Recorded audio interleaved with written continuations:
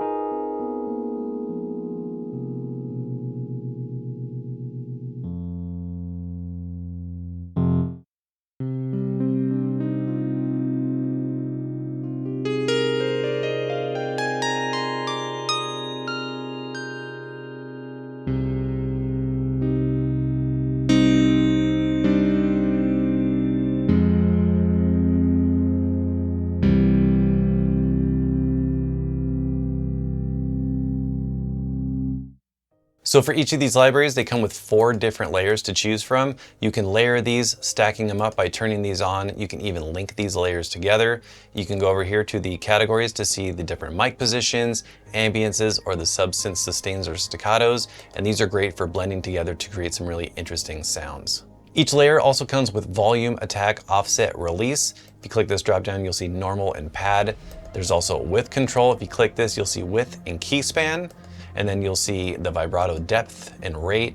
Over here, you'll see there's pan and auto pan, which is really cool. And then we have pitch, which you can control by sense or semitones.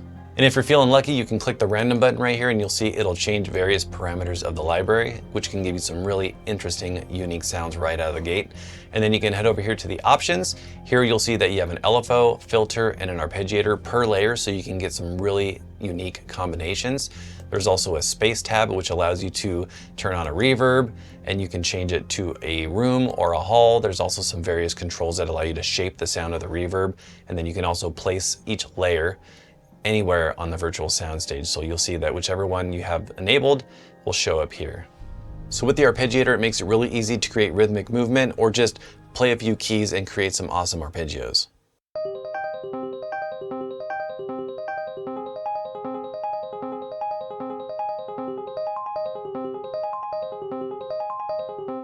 All right, so diving into the LFO, when you have this enabled, you'll see that you have a random button right here that allows you to just quickly randomize all of these different parameters.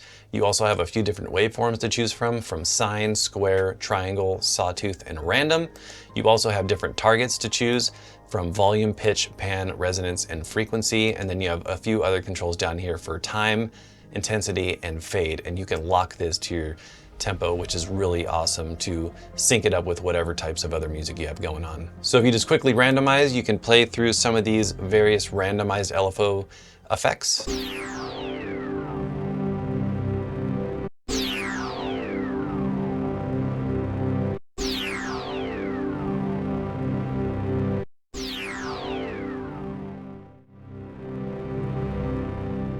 So you can get some interesting swells.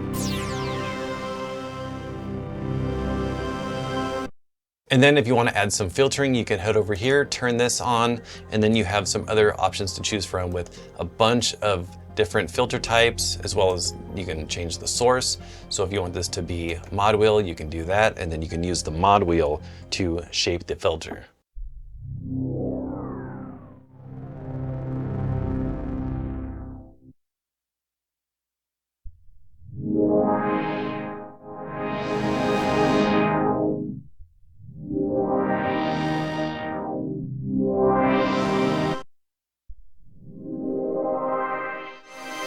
And then if you want to take it a step further, you can head over here to the effects rack. Here you have 2 different racks, 4 slots each, 8 slots total, with a bunch of different DSP effects that you can choose from. You can stack these together to really create some interesting sounds. So you have everything from some different phasers, chorus, some reverbs, some different stomp effects, amp effects, dynamic shaping effects. So if you want to load up a convolution reverb, you can turn this on and then have a listen to this.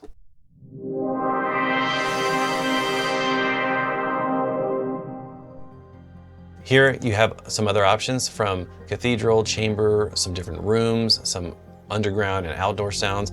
I really like these effects longs because these really have an interesting effect. So let's check these out.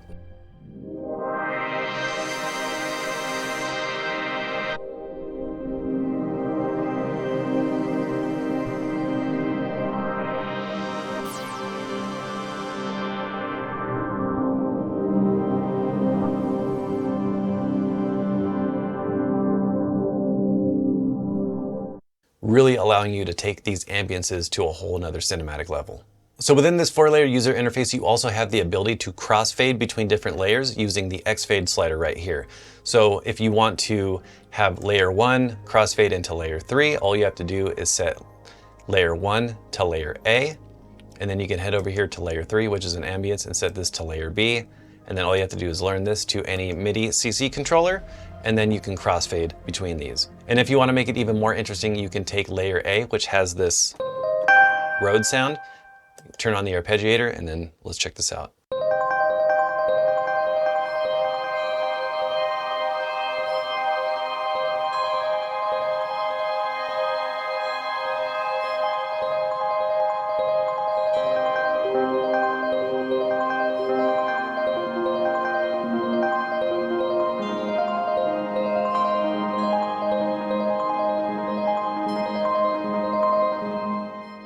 So that about wraps up this walkthrough for Omnium Piano Collection. If you want to learn more, click the link in the description or head over to soundiron.com.